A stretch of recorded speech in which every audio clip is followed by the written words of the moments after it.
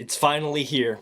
Hey review family, keep it high, keep it tight. My name is Jay Morris, the review guy, and I'm back again to bring you another video. And in this one, I'm going to be covering the new Full of Hell album entitled Weeping Choir. Full of Hell is an American grindcore power violence band formed in 2009. And if you don't know what power violence is, it's kind of an abrasive style that's made up of a lot of different styles that come together. Some of the most abrasive styles: noise music, sludge metal, grindcore, death metal, brutal death metal, all that stuff. And it's hardcore punk sometimes, and it's all mixed together in this flurry of pain and agony and suffering and just bashing your head into a wall. Full of Hell's discography is extremely extensive and prolific considering their fairly short run when you compare it to some of the other grindcore bands and power violence bands that are in their genre. They've done a split with Nails, they've done a split with Code Orange, they have done 2 albums with The Body, they did a collaboration with Merzbow, the Japanese noise producer. They've released quite a few studio-length albums on their own, and they've also done quite a few EPs as well. I thought their last album, Trumpeting Ecstasy, was a really nice display in just heavy brutality and anger and rage, but it still dipped into the kind of one-dimensional feel that a lot of these bands can. But the production from Kurt Ballou of Converge made it really thick and dense, and it made it a lot more enjoyable than it maybe could have been. Weeping Choir is their first album on Relapse Records, which I think is a great place for them, and it's once again produced by Kurt Ballou. And, what the fuck is this album? Like, what is this? What is this? I thought I had heard the most horrific, just, like, gross, disgusting album when I had heard that Pissgrave album that dropped earlier this year, Posthumous Humiliation. This is a worthy competitor for some of the most disgusting music of the year. Full of Hell lived up to everything that I had hoped they were going to with the singles that they released. In my opinion, they paid heed to the issues that were on Trumpeting Ecstasy and brought this album into such more fleshed out territory and such more diverse territory, which I'm so glad with, that they are being as prolific as they are, changing up their style a bit, going out of their comfort zone a bit, and doing some things that are interesting. Like, take this rolling percussion banging with the vocals alongside them on Haunted Arches, this da-da-da, yeah, boom, do, do, and how Thundering Hammers almost takes a death metal approach, and this is something that a lot of the songs on this album do. Yes, it's a flurry, it's super heavy, it's very grindcore inspired, but this album a lot of times on a lot of these tracks could be considered deathgrind, because the riffage on this track is very catchy. It sounds somewhat like an old school death metal band that has that kind of catchiness, but also that brutality. A band like Autopsy comes to mind, or even Death. Oh god, the track Rainbow Coil. It's a straight noise piece. It's absolutely horrific. It sounds like an industrial track that you baked like lasagna and stacked about 5 of them and then just continued to do it over and over, and then maybe reverse that and then put it back and just put it all together into these whirring gigs that are just like cling, cling, cling, cling. The glitchiness and the estranged abstract bangs and clangs on this track set it apart from a lot of noise makers. And mind you, Full of Hell isn't a noise band. They don't specialize in that, but they could go head to head with some of the best ones with just how interesting this track is. Because is it ear shredding?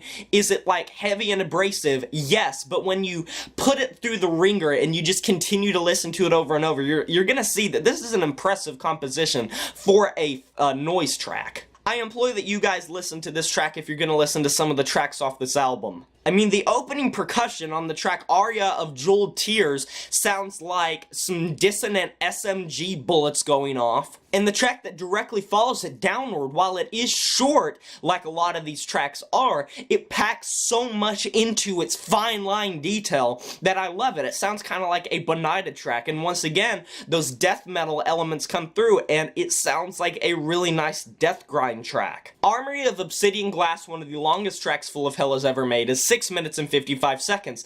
I covered this in a full-length track review if you want to go over to the channel and check that out for a little bit more justice done to this track. This is probably the best track on the album, hands down, period. So if you want, you can go check that out. I cover it in full length. But here I'll just say it is very doomy and sludge metal inspired, almost old school doom metal inspired, and the distortion that carries this track through, the distorted guitar is so hellish, it's so demonic sounding, and the hummed kind of choir vocals carrying throughout the track, especially near the latter half, are very, very ominous. They're very foreboding. It adds this chilly atmosphere to the entire track. Not to mention these vocals just ring out into oblivion in the most just repulsive, off-putting way, but like in a good way.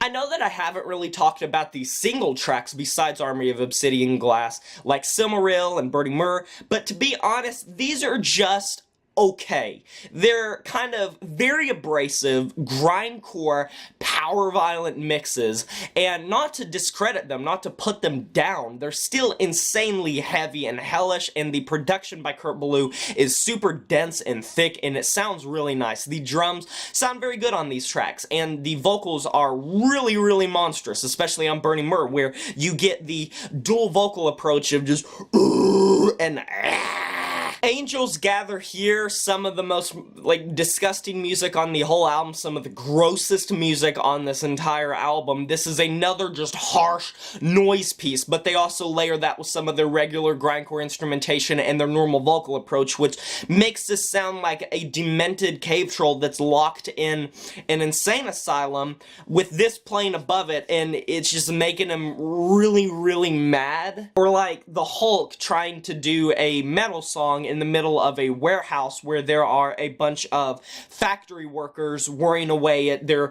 machinery. And it would be heavy machinery.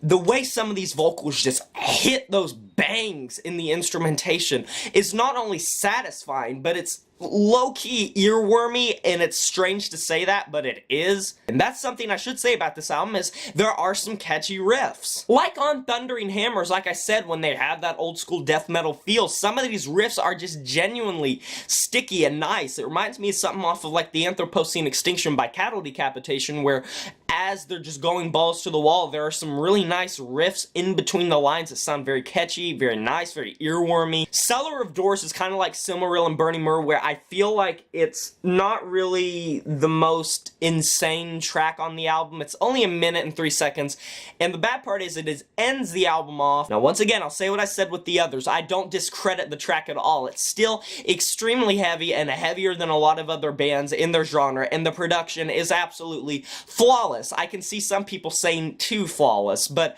this isn't really a logical conclusion to the album, in my opinion. It's only, like I said, 1 minute long, and while that isn't like anything otherworldly or outlandish for Full of Hell, it's still strange that they picked this track to end the album off when Army of Obsidian Glass just sits right in the middle of the track listing, a 7-minute beast. It could have been really neat if that was the ending track, and I probably would have rearranged some tracks in the track listing if I was the one doing it, but honestly, it's okay. Are there some tracks that are Grindcore 101? Yeah. Full of Hell 101? Yeah. But the production saves those tracks. And this is a hellish album, and I was so excited. And I actually did a question on my community tab. Go over to my community tab, by the way. I post there quite a bit. I sometimes do some polls for you guys to vote for, and you can sometimes help me pick videos and stuff like that. But, I put a question asking what albums were you most excited for this year, and almost unanimously every single person that was replying put Full of Hell on that list, because, and that goes to show not only my fan base, but the fact that Full of Hell is really just at the top of the top for this genre, and it's a really nice moment in their type of music, and I like this album a lot. I really like this album, if you didn't notice that already. I'm going to be giving it an 8 out of 10. Extreme metal enthusiasts, definitely check it out. And that is a wrap. Please stay for the end screen. I'll link some videos that you might be interested in. Please subscribe to the channel. It helps me out a lot. And like this video if you enjoyed it. And smash that notification bell to be notified of my future uploads. I'll talk to you guys next time. But until then, my name is Jay Morris, the Review Guy, and I'm signing off saying farewell.